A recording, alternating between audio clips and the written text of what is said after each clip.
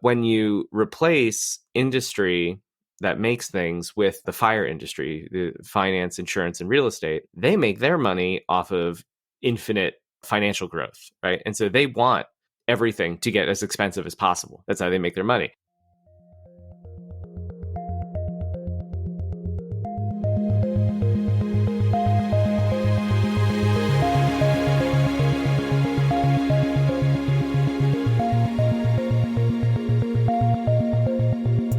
Hello and welcome to Tech Won't Save Us. I'm your host, Marx, and this week my guest is David A. Banks.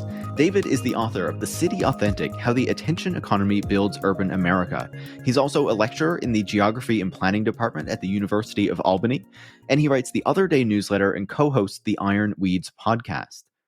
David was last on the show in December of 2020, way back in the early days on episode 40, where we talked about how the tech industry was kind of shaping our cities and affecting a lot of what was happening in city life. And so this conversation really picks up on and builds on that earlier conversation by talking about how, in the same way that social media has encouraged all of these influencers to brand themselves in a certain way to show that they are authentic, it has done very similar things to cities. And cities have had to compete against one another to brand themselves in particular ways to make themselves appealing to capital and in particular to the tech industry and to workers in the tech industry. And that has had serious consequences. It's shaped development patterns in cities. It's shaped what governments are focused on and who they are focused on serving. And it's also created a lot of inequality and a lot of negative outcomes because, they've been focused on serving quite an affluent population over, the people who are in their cities who really need some help. And so I think that this is a really fascinating and important conversation with David, where we dig into the implications of these things, how these strategies worked, and, where they came from, who was putting out these ideas that cities should be attracting major tech companies in this way and should be kind of reorienting their policy goals around this. And in particular, we talk not just about kind of major cities like San Francisco or New York City or Los Angeles, but smaller cities like Albany or like Troy in New York, where David lives, where they have also kind of taken these policies because they are smaller cities. There is a lot more competition for a very small amount of capital that usually just locates in kind of major metropolises. And so the potential benefits for them are much lower, but it really affects the types of cities that arise from that. So I always love having David on the show. He's always fantastic to talk with, and I think that you're really going to enjoy this conversation. If you do, make sure to leave a 5-star review on Apple Podcasts or Spotify. You can also share the show on social media or with any friends or colleagues who you think would learn from it. And if you want to support the work that goes into making the show every week, you can join supporters like Etienne from France, Mia in New York City, Ben from London, and James in Victoria, BC by going to patreon.com/techwon'tsaveus and becoming a supporter. Thanks so much and enjoy this week's conversation. David, welcome back to Tech Won't Save Us. Thank you so much. Glad to be here. I am very excited to chat with you again because we're talking about two topics that I love to talk about, technology and cities. This is a perfect episode for me. And of course, having you back on the show after like a very long time, I'm not even going to do the math in my head as to how long it's been, but it was December 2020 last time. So it's been a while and, it's about time we had you back on the show. Yeah, it's like been 4 COVID shots. Yeah, I guess, that would have been around that time, right? I've got 5G, you've got 5G. Yeah, I'm just radiating it everywhere I go, and people get mad at me. I've had so many shots. But man, it's great to have you back. And it's great to be able to talk about your new book, The City Authentic, which I was very happy to say, my name was on the back there, gave you a little blurb. Very proud of that. I got the Parents Marx bump right there. Yeah. Yeah, I'm moving up in the world, man. Yeah, so are you with your book. You'll be blurbing books next, it's how these things go. Here's the thing, right? The book is fantastic. The book goes into like a bunch of important history, but also gives us really important insight into what is going on right now in cities and like how tech has served to reorient cities in the present, but also how technologies have kind of helped to facilitate this process in the past, right? And so I want to start with like a general question, and then we'll dig into some of this history and kind of go through how this has progressed over time, because, I think it's fascinating to dig into. So obviously the name of the book is The City Authentic. Now, what does it actually mean to be authentic? Yeah. Oh boy. When I try to answer that question in front of my students, I usually just ask them for examples, like things that they think are authentic, right? And it will be stuff like, a live band performance or, like your mom's recipe for, lasagna or whatever. And then I ask, yeah, okay, well, let's dig deep. Like, what do these things have in common, right? And what it usually comes down to is that these are things that were made without your input or like without you in mind, right? Like, because like the band didn't know you, your mom made the lasagna before you were born. So these are just things that are out there that you discover or that you encounter in some way and that they resonate with you in some way, right? And so if we look at like the inverse of that, like what is not authentic, right? It's things that are contrived specifically to impress you, right? And that move to like make something deliberately to attract you usually reads as unauthentic when it's discovered that this was a contrivance in some way, right? So I usually describe this in my book in two terms. One is predictably unique, right? So a predictably unique thing is like where it's just, just like it's a riff on a common topic, like you go to every city and there's like a coffee shop that like makes a pun on the word grind or drip or something, right?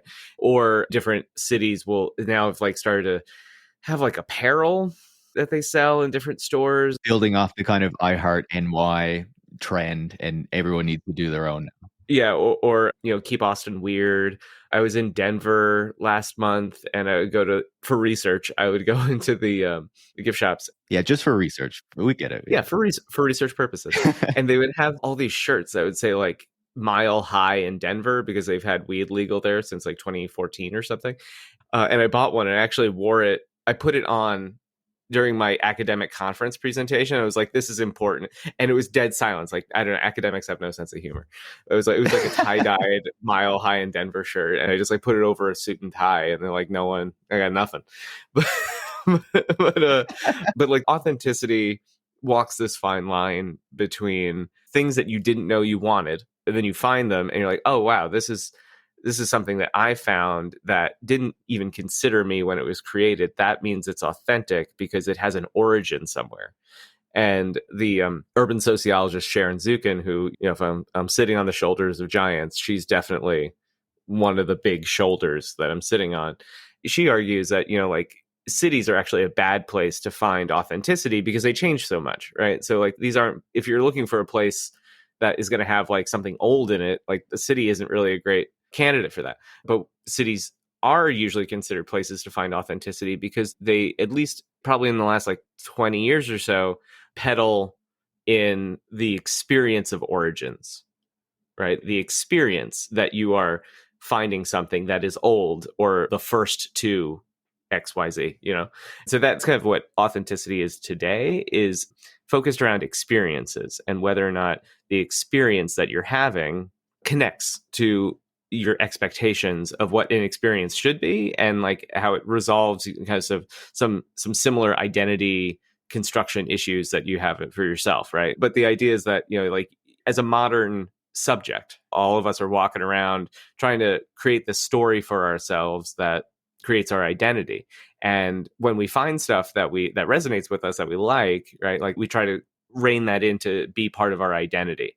And everyone selling stuff knows that and tries to be that. The second thing that I use to sort of talk about authenticity is called the thirst games, which there's what I describe as mostly cities, but also like all the attendant organizations that kind of knit cities together in regional capacities. Maybe we'll get into that later. But, like our industrial development authorities, business improvement districts, they're all competing for your attention also. And instead of the Hunger Games, because, I put in a lot of pop culture references, I need to tamp it down a little bit and maybe, make something a little original here, something authentic. So when I say thirst games, I am talking about like a ruthless competition, but instead of hunger, right? Like thirst is one, you have it more often. Like you can't go pretty long without water, but also I'm tongue-in-cheek evoking the idea of a liquidity and of what Zygmunt Bauman calls like liquid modernity, where the most powerful actors in a modern society are ones that are able to shift and move and change quickly with the times, while also being able to like get into places of power and then repel people and organizations that they like don't want to be around them or they see as threats. And so like all of those things coming together is kind of like what I'm referencing when I say the thirst games, which is also like a big part of authenticity. Yeah, I love this notion of the thirst games and the competition between these cities. And, we're going to come back to some of these business improvement districts and things like that you're talking about. But I want to return to what you said about, Sharon Zukin saying that a city is not somewhere that you go for authenticity necessarily, right? Because so much gets kind of replaced and kind of bulldozed over. And I feel like that's especially the case in the North American city, but of course in many others as well, where we've seen, so much get kind of destroyed and built over in order to make way for the automobile. But this is kind of a process that goes back even further than that. And while the book is called The City Authentic, and this is a concept that you're kind of referring to and laying out in terms of what has been happening more recently, you also refer to the past, right? And previous movements of the city beautiful and the city efficient, which kind of eras that came before the one that we're in now. Do you want to give us kind of a brief description of those two periods and what you think really defined them? Absolutely. The City Beautiful movement, which I think is probably what most people have heard of. If you took like an American history course, there was in high school or college, or there was like usually a paragraph that says something about the City Beautiful movement. And basically all you need to know about that is that, once the frontier closed in the United States, that's when all the Eastern capital had to go find new places to be invested in, because we had slaughtered a great deal of native people and taken their land. And now let's like retrench those gains and put them into cities, because the material wealth is like still coming out of like these newly conquered territories, and we need to put it somewhere. Otherwise it'll lose value, right? Because if you just keep taking gold out of the ground or oil or something, right, but you're not reinvesting it, then the supply increases and the value of it goes down. And so the City Beautiful movement was an attempt to build a bunch of very expensive things in a lot of cities to, one, do what's called a spatial fix, which is what I just described, where you build a big thing and spend a lot of money and to keep the value of commodities up and the value of money itself up. But it also was a signal to other rich people that they should start investing too, right? So if you get like a Carnegie Library, you get like, I don't know, like some Rockefeller funded museum or concert hall, right? Like that's a signal to, maybe like the second tier rich people that is like, oh, okay, this is a safe place to invest. It's going to stand around for a while because the Rockefellers and Carnegies are invested in this place too, right? And of course, because these people want to like live forever. Just takes a different form today where they literally are trying to do it. Yeah. In this case, they just, like plaster their name onto things, right? And it won't be good enough if these are private things, because then no one's talking about it, right? So they plaster their name on these, gigantic buildings they're usually very public facing, because this is a time where rich people aren't very popular. So they're also trying to give back in ways that make them seem a little less evil. The Bill Gates of the earlier era, basically. Yeah. The City Beautiful movement, building really big, honestly beautiful things, usually where poor people lived. So you bulldoze them, and then you say like, I love the people, like except those that were right in this place right here, right? That is historically put between like Haussmann's Paris and Hitler's Berlin. Those are both obviously European cities, but a ton of it happened in North America because that's where all the money was sloshing around at the time. And then the city efficient, this is a less used term. There's several other candidates for like names for this period. I use city efficient because it's very convenient to say city beautiful, city efficient, city authentic, obviously. So that's why I picked this one. And, and this is where code becomes really popular, right? Both in the Lessig sense, right? Like code as in computer code, but also law, zoning codes, right? And this is where you start talking about units to the acre, you're engineering things to national or regional specifications, all in an effort to make things more efficient, which is not just for helping people get places faster or easier, but it's also making it easier to invest in places by making them standardized, right? The car obviously gets popular and transforms cities around it. And of course, when you're using a very sophisticated technology like a car to get around, it needs specificity and rationalization in order for it to work, right? Because if you have cities with roads of all kinds of different widths, and like in some places you go on the left side, in some places you go on the right side, right? Like that won't work, right? So you have to have rationalization and efficiency in order to have these enormous technical systems to work correctly. So that's the city efficient. And I should say this is also when like cities, I should talk a little bit about law and code, is like this is also where like cities are hiring actual city planners as a profession, and that my field of urban planning like starts seeing itself as at the level of lawyer, doctor, engineer is planner, right? And this is really crucial to not only the profession, but it's also, you know, like when a profession forms, it's also creating its own market. And so it's saying like cities have to be planned. If they're not planned, there'll be chaos.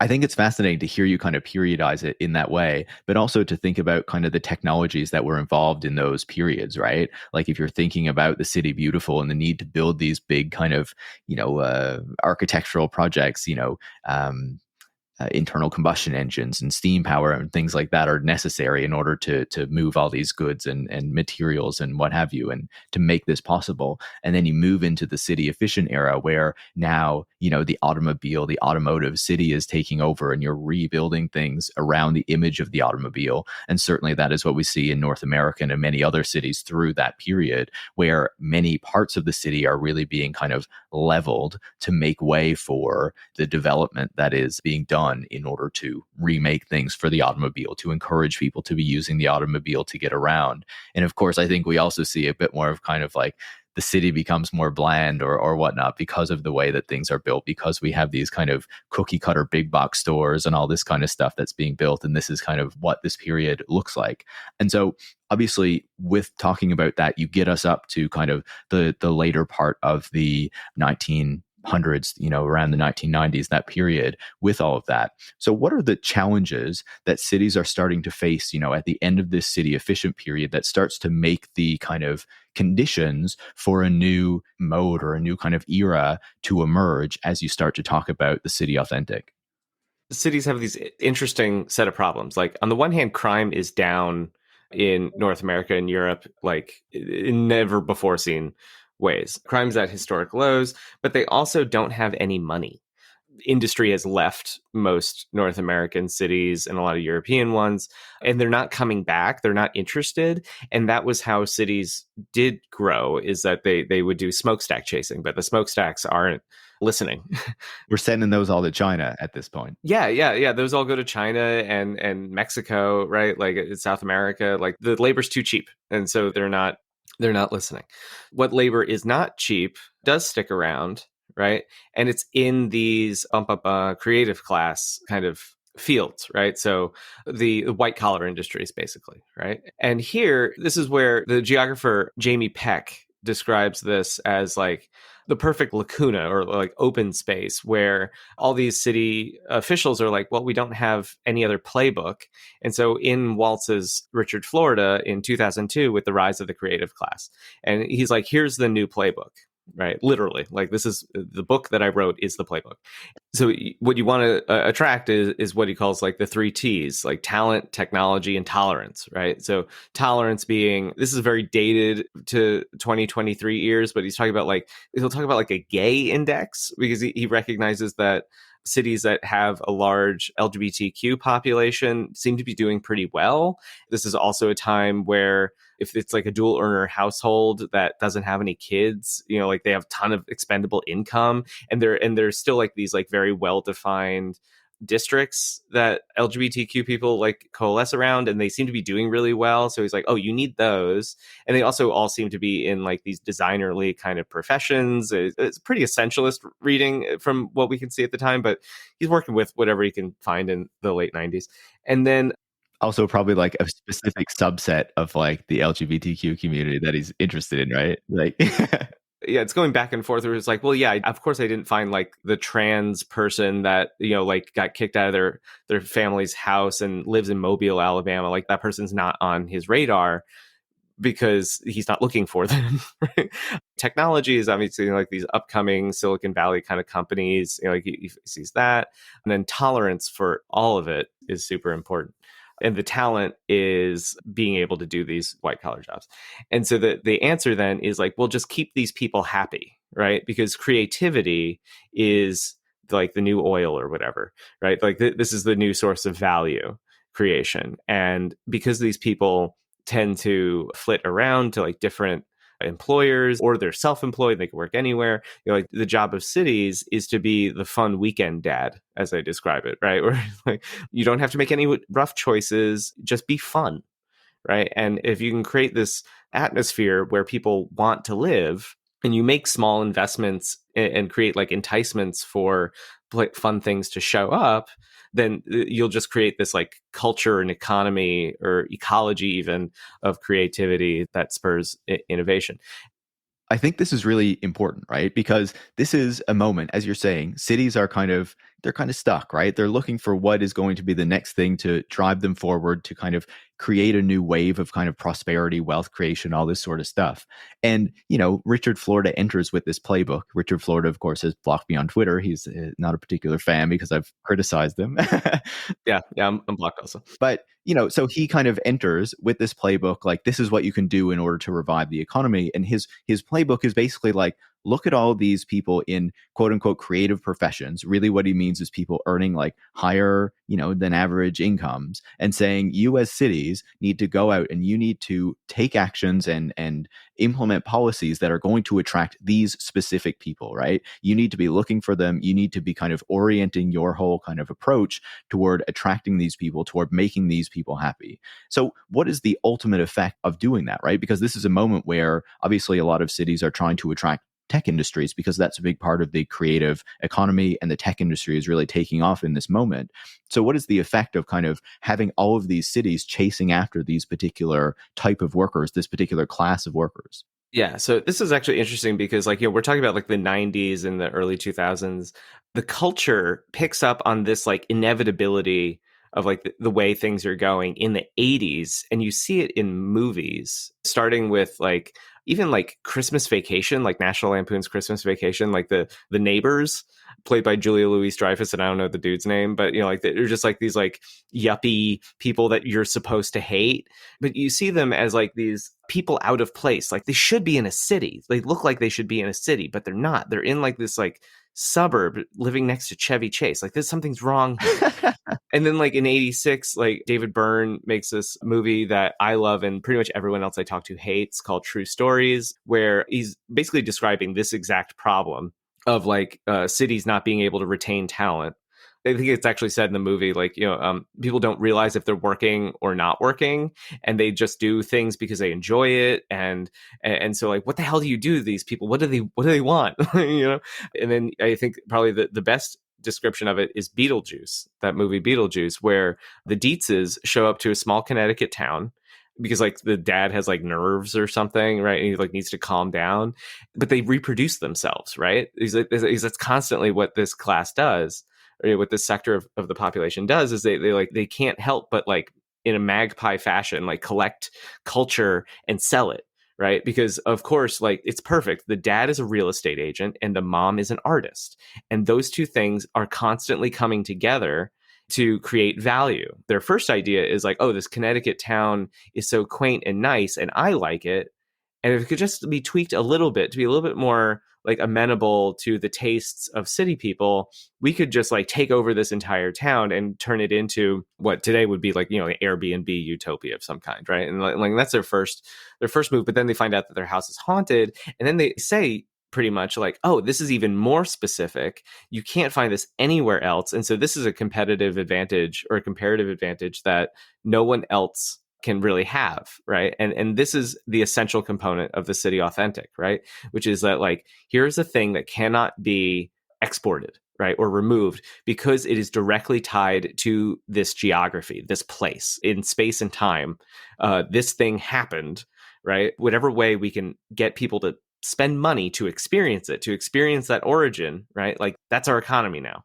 Even better if the people that make a lot of money doing designerly creative things like it and will spend all of their, walking around money on this sort of thing. So any sort of thing in the past or some sort of geographic feature that is amenable to expendable income is great, right? Which is why you get bars like when I describe in my book that name themselves after past tenants of the building, right? So there's like a wine bar that opens up in my town of Troy that's called the Confectionery, which is confusing, right? Because it's a wine bar named after a candy store, right? But it's because a candy store used to be there in the 1800s, right? They're not making like candy themed or candy flavored wines or anything for you. No, right? Because like it can't be that creative, right?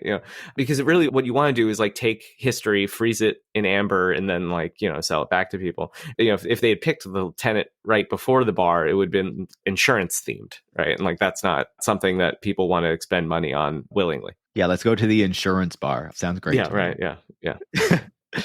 I think that you make a really important point there that I wanted to pick up on and kind of talk a bit about, right? Because I guess to kind of condense a short history here for people to understand, maybe who aren't really into like urban geography and these sorts of fields, basically what we see in a lot of cities, especially kind of culture oriented ones, is that you kind of have a lot of industrial places leave. Then you have kind of artists move into these former industrial areas. You have the kind of loft boom. So they're looking for cheap places to live, and then kind of finance people who want to be cool follow after them and kind of gentrify these areas, right? These places get kind of redone, then they start to get more expensive.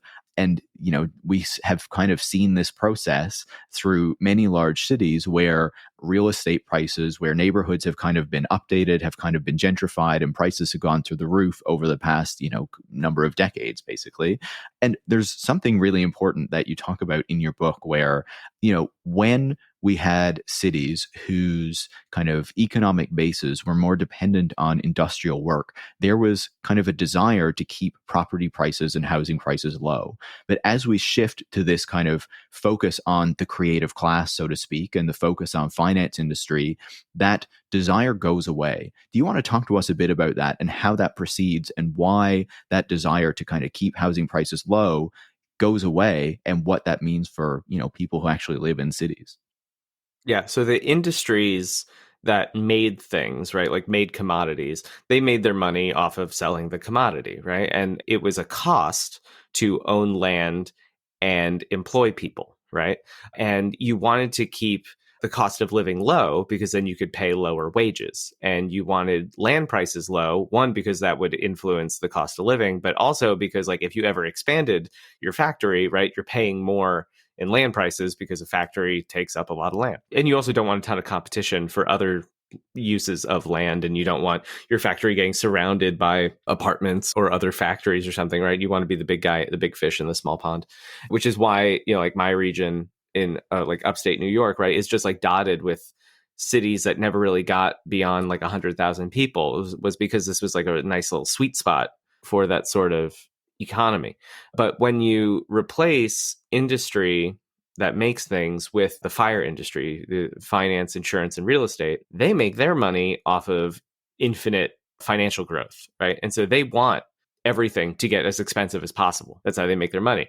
And when you also put like fintech in there, right, like financial technology firms and the growing property and real estate technology stuff, like Zillow and a ton of other things that you've never heard of, right, that do a lot of back end work, they also want this sort of infinite growth model because, one, right, like they work on monopoly logic, right, that they need to be the only or one of only a handful of companies that do whatever it is that they do, because everything that they do only works at enormous scales. If they're a regional competitor in something, it's not going to make any money, right? And so technology and the fire industry together, right, are really, really focused on just making things as expensive as possible, because that's the only way that they can make money, because all the things that they do are like taking a percentage off of real value creation, right? Of like the stuff that people actually do to make a living, right? Like they're always the middlemen on it, or like they're trading on it, or they're speculating on it.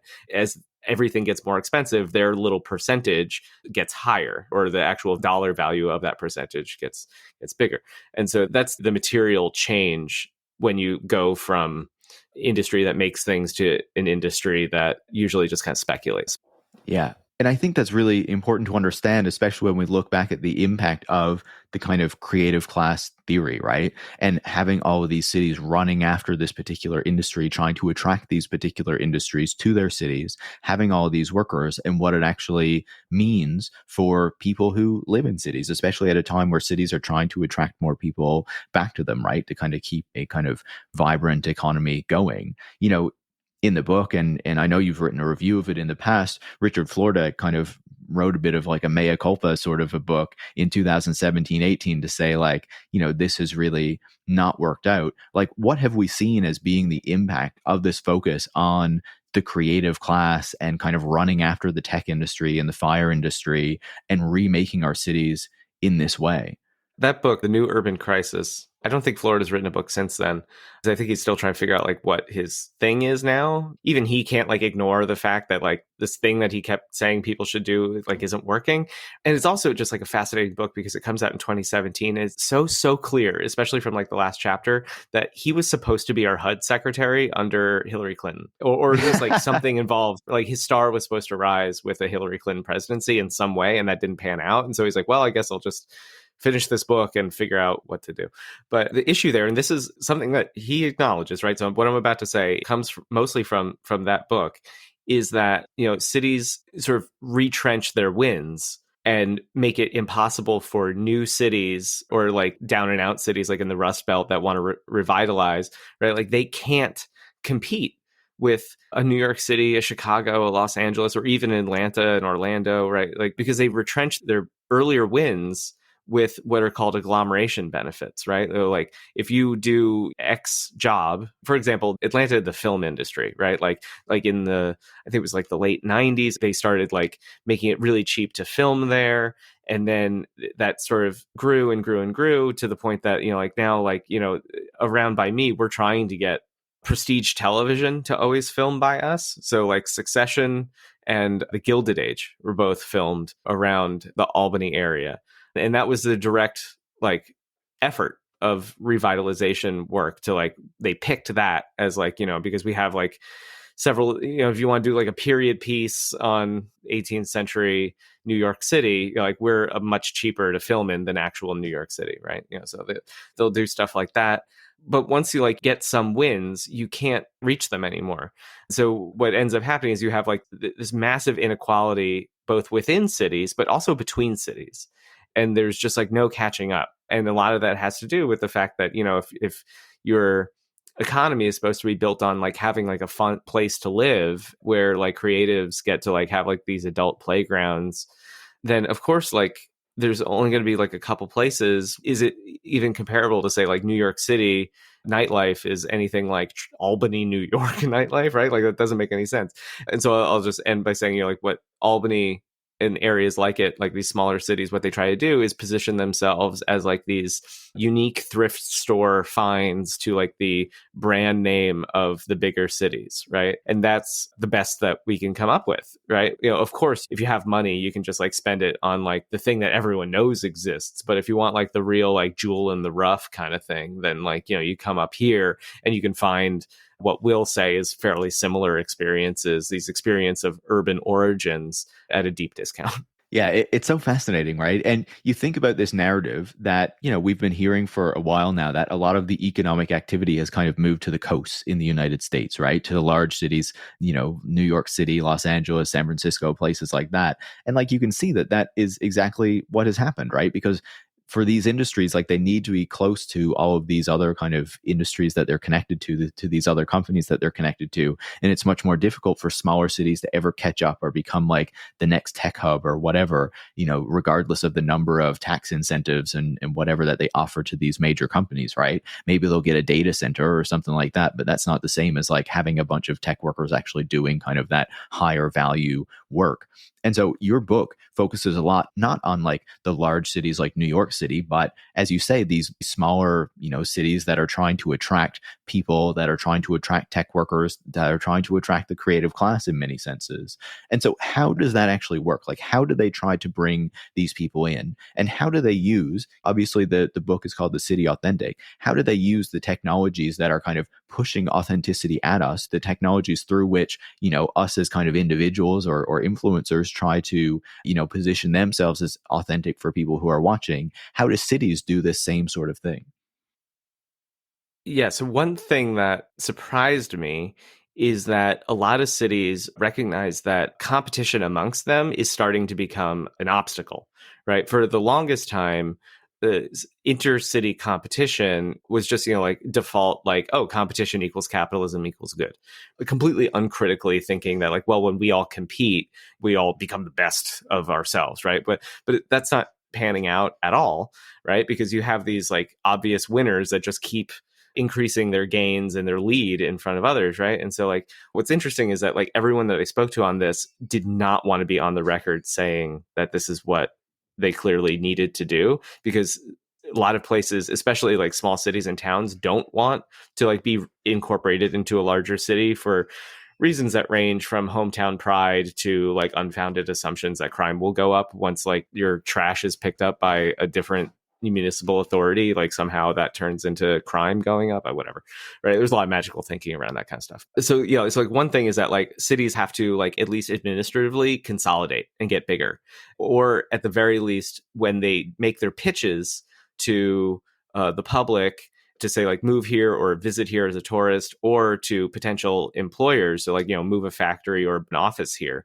they have to make the pitch as a region, not as individual cities, right? So one way they're doing that is, one, you have to create an organization that works at that level, right? And so in New York, we have what are called regional economic development councils. These are ones that Andrew Cuomo, the former esteemed governor, set up. And there, there's a recognition that, yeah, New York City, if you put that against Syracuse, right, like, or Albany or Buffalo, like New York City wins every time for, like whether or not Facebook is going to put a headquarters there or something, right? So what they do instead is they have competitions within these 10 different regions. And so New York City is never competing with something else. Or if they do compete, and they sometimes do, the competition is designed such that the things that make New York City are kind of like handicapped, so to speak, like in the way that, like speaking like a golf handicap kind of thing.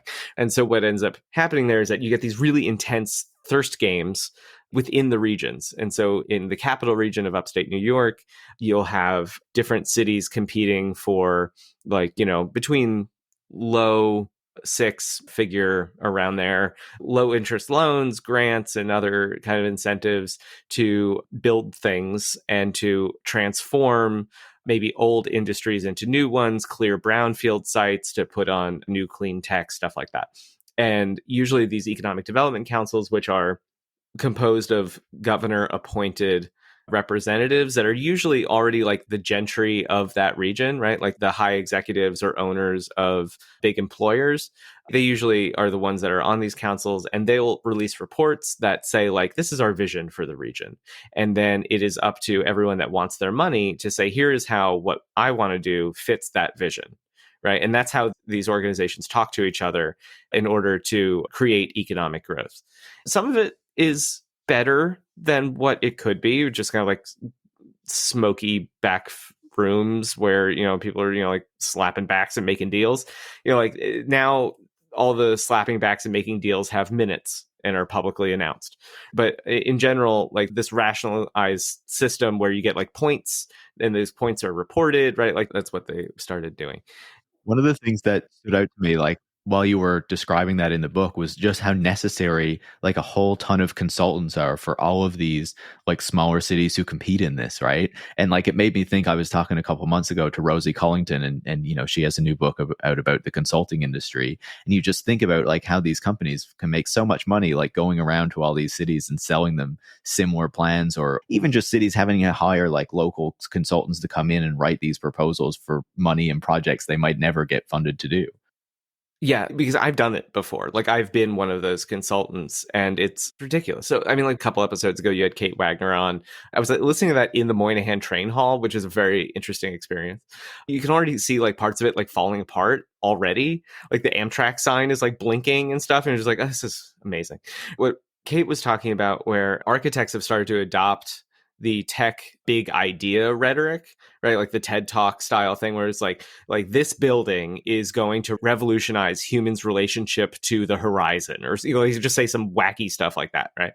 And that is totally the case, not only in architecture, but also in economic development, where they just have to say, everything is the next iPhone. We are going to revolutionize the way that Albany connects to the global economy by making a new wing on the community college. It was like, what?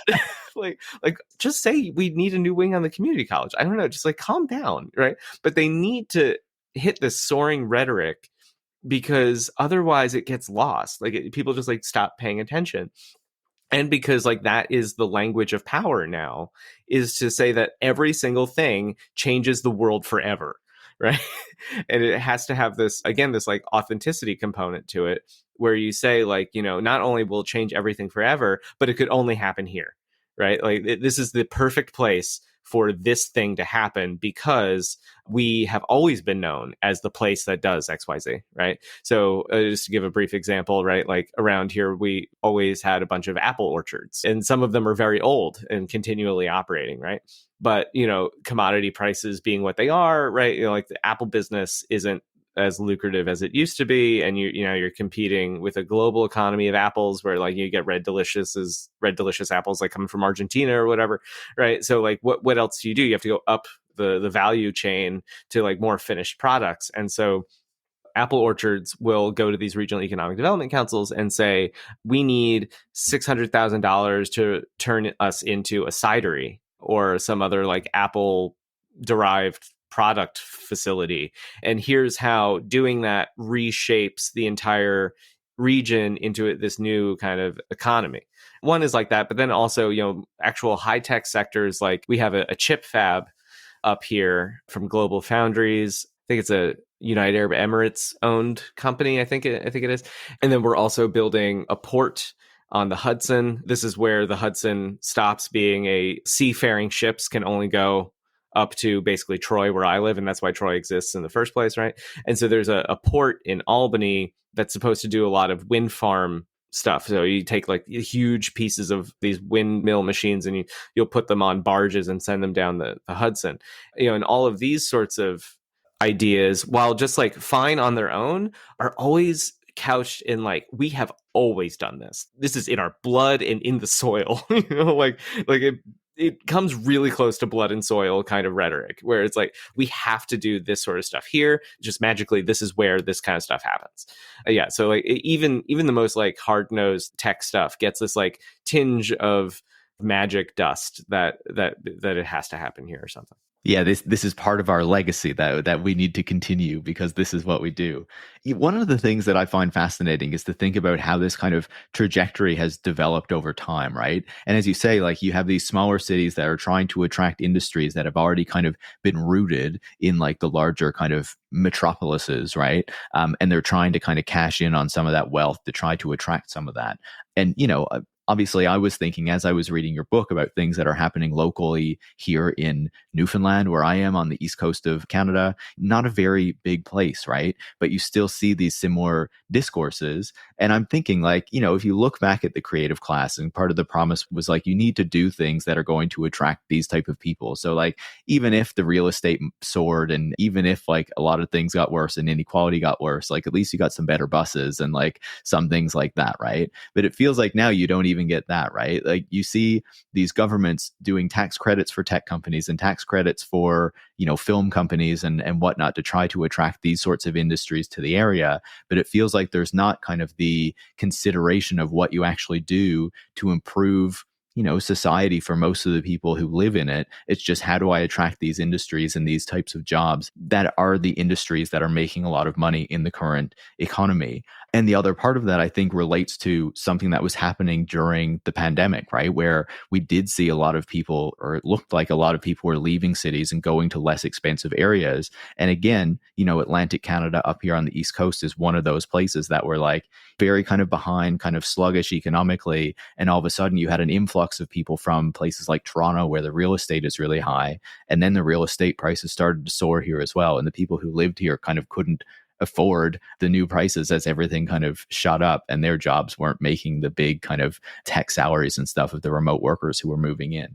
So I think that's kind of like a big comment, but I wonder how you think about that development and what you've been seeing in the past few years as these things have kind of continued, and as they've also kind of changed as the conditions have changed.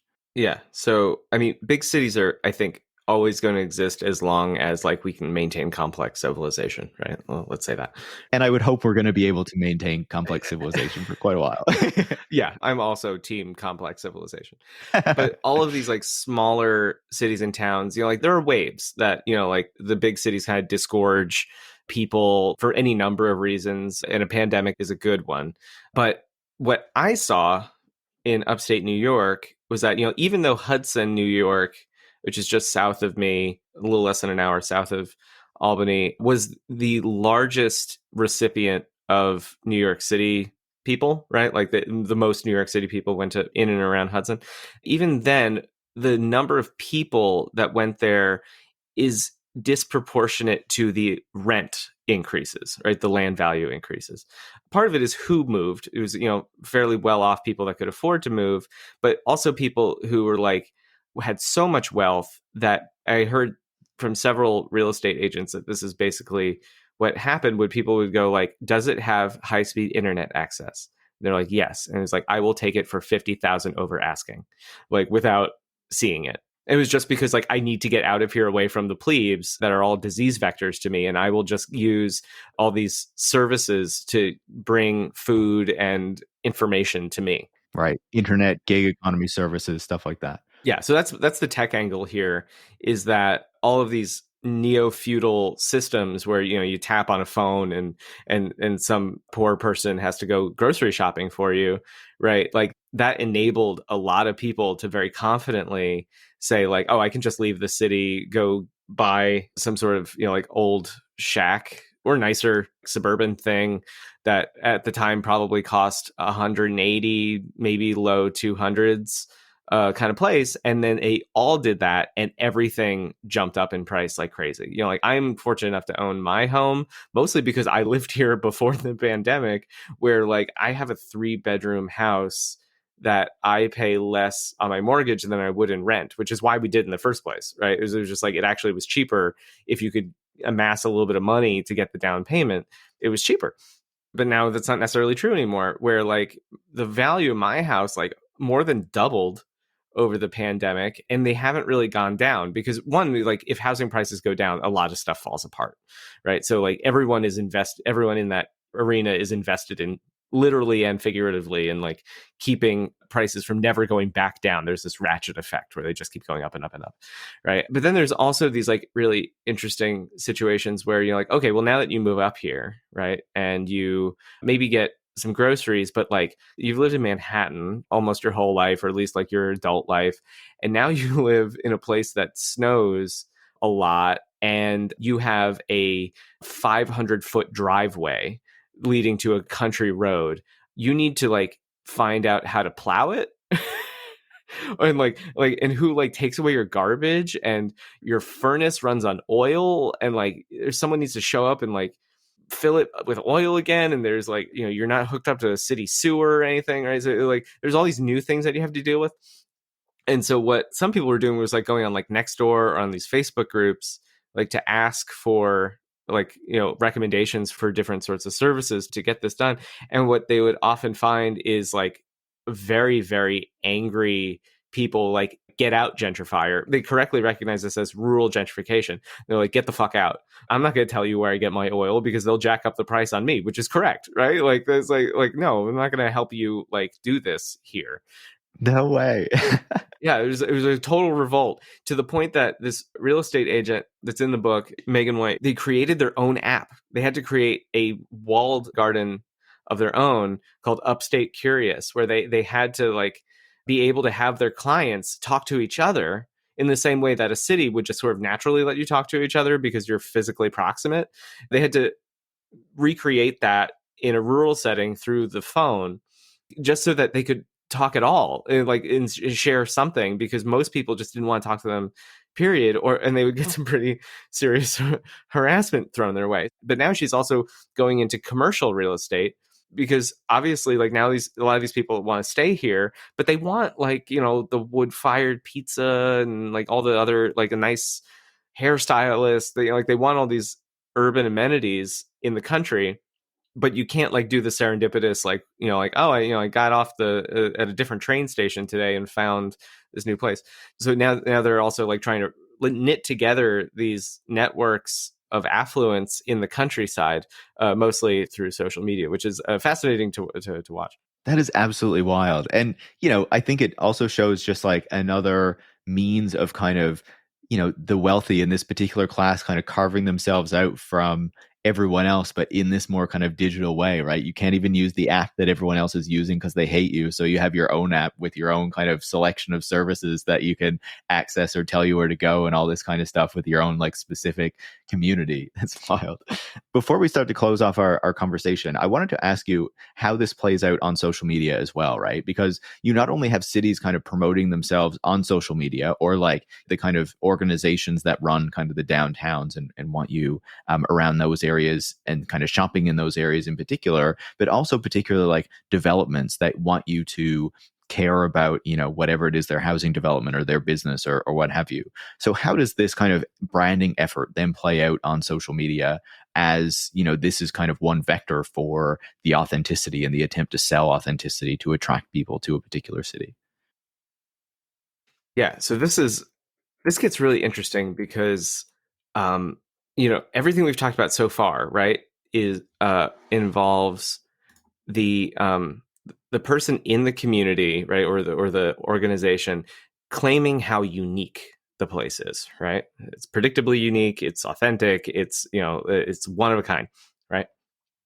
But once you start looking at people who already live here or have lived here their entire life, and they want to talk about that experience through the lingua franca of the internet, like memes and stuff like that, right?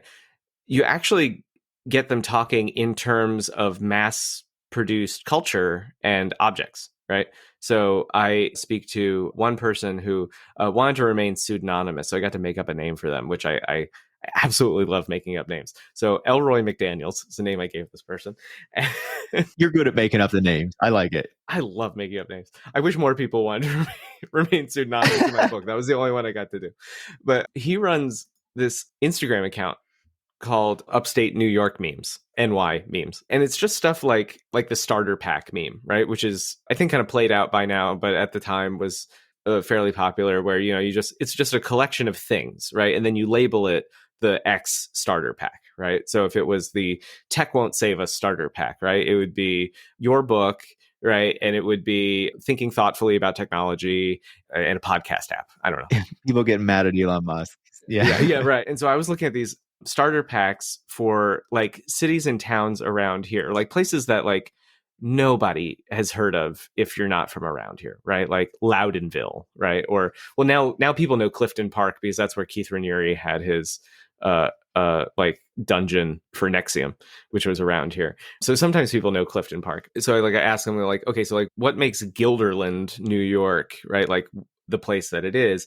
And and it's like, well, like people talk about like, oh, my dad drives a BMW and we have the largest Walmart in the world, which is actually true. Like the biggest Walmart in the world is up by me. I don't know why.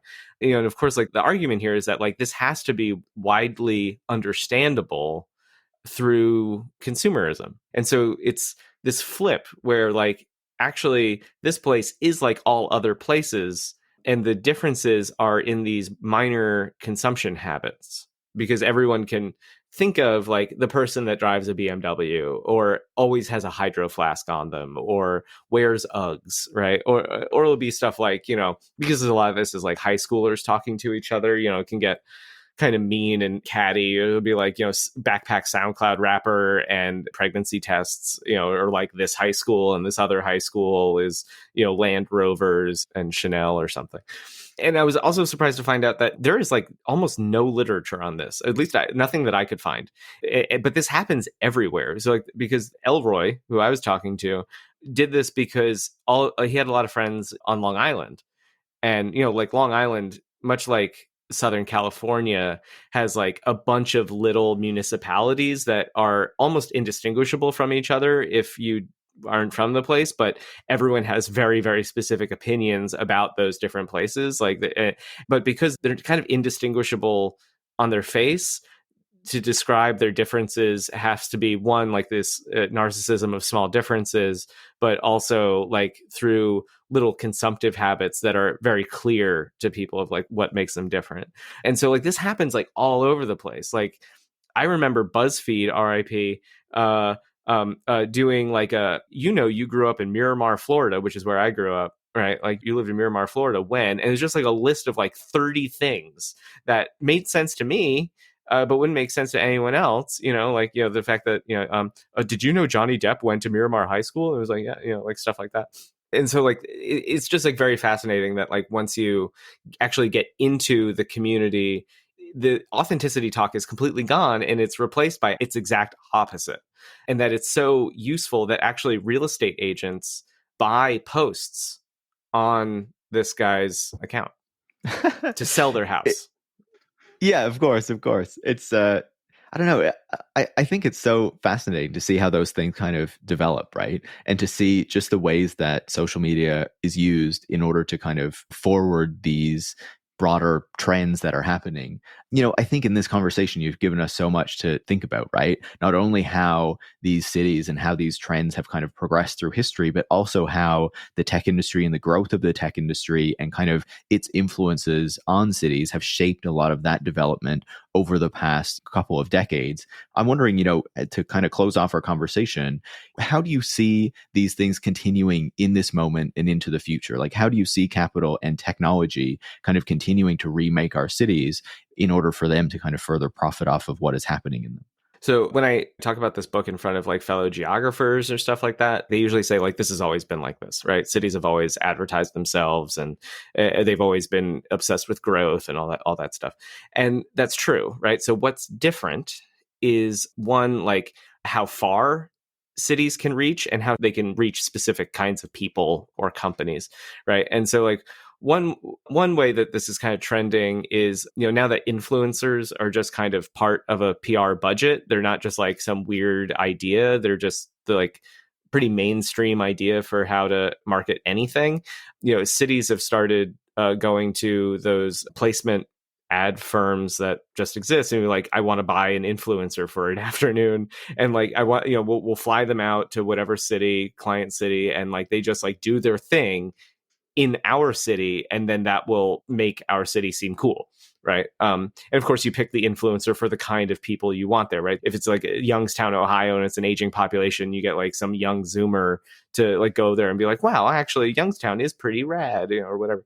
In the Hudson area, you had Allison Roman, like the foodie, like cookbook author, like talking about the area a lot. And then she actually invested in 3 different restaurants in the area, right? And the other thing is just that, and this is the much darker side of this, is that because there are now all of these platforms that allow private capital and really large companies to command a really big portfolio of real estate, they can now like manipulate everything from, like the original asking price of homes to like the interior decoration of homes, like all these different things can like be commanded from like far away places and can be deployed in ways that are most advantageous to them. And usually it's a zero-sum game, disadvantageous to the locals. And so we're now seeing industries that used to be only regional, like development, like real estate development and commercial leasing and residential landlords, right? Like this is becoming national, international businesses because the technology is there now to manage real estate at that scale. This can be really, really disturbing. And from the city authentic perspective, right, it's just going to become like, like these new riffs, these new flavors of the same warmed over bullshit, right? So cities become as different as like Panera is from Jimmy John's, right? Like there's just like the distinction is really only that skin deep. And you start to see inklings of that with like cities getting really interested in like their flag design. That's something that's in the book. Or companies that don't foreground their owner and are instead like, like Starbucks for a while would own stores that didn't look like a Starbucks, but are just a coffee shop. You'd see more of that. And, like just like the prevalence of a food hall that is usually owned by the developer or the property manager of the building. And this is just like an attempt to like, just pack a place full of restaurants pretty quickly and easily and cheaply. Like that sort of stuff is going to stick around for a while until we see some major shift in the economy, which could be soon. But usually, like when there's a big economic downturn, there's a retrenchment and a consolidation of capital, and they'll just keep doing stuff like what I just described. You're not leaving us on the greatest note of optimism there, David. But this is a realistic podcast, right? We're trying to understand what's actually going on here. But I think that these trends are worrying, right? As we see these technologies enable capital to increase its power, not just within the cities where they already operate, but to extend that into other cities so that they can further manage more buildings, more properties at a larger scale, and it becomes completely divorced from what's happening locally and just part of this larger trend. And they can more easily kind of push up prices and rejig things for, the types of people that they are serving that are more affluent and, with little consideration for what it means for the actual place where they're working and investing in and all this kind of stuff. David, great to talk to you as always. Obviously recommend people to check out the book, The City Authentic, find out more about all these things we've been talking about today. Thanks so much for taking the time. Thank you so much for having me. David A. Banks is the author of The City Authentic, How the Attention Economy Builds Urban America. He's also a lecturer at the University of Albany. You can follow David on Twitter at @DA_Banks. You can follow me at Paris Marx, and you can follow the show at Tech Won't Save Us. Tech Won't Save Us is produced by Eric Wickham and is part of the Harbinger Media Network. And if you want to support the work that goes into making the show every week, you can go to patreon.com/techwon'tsaveus and become a supporter. Thanks for listening.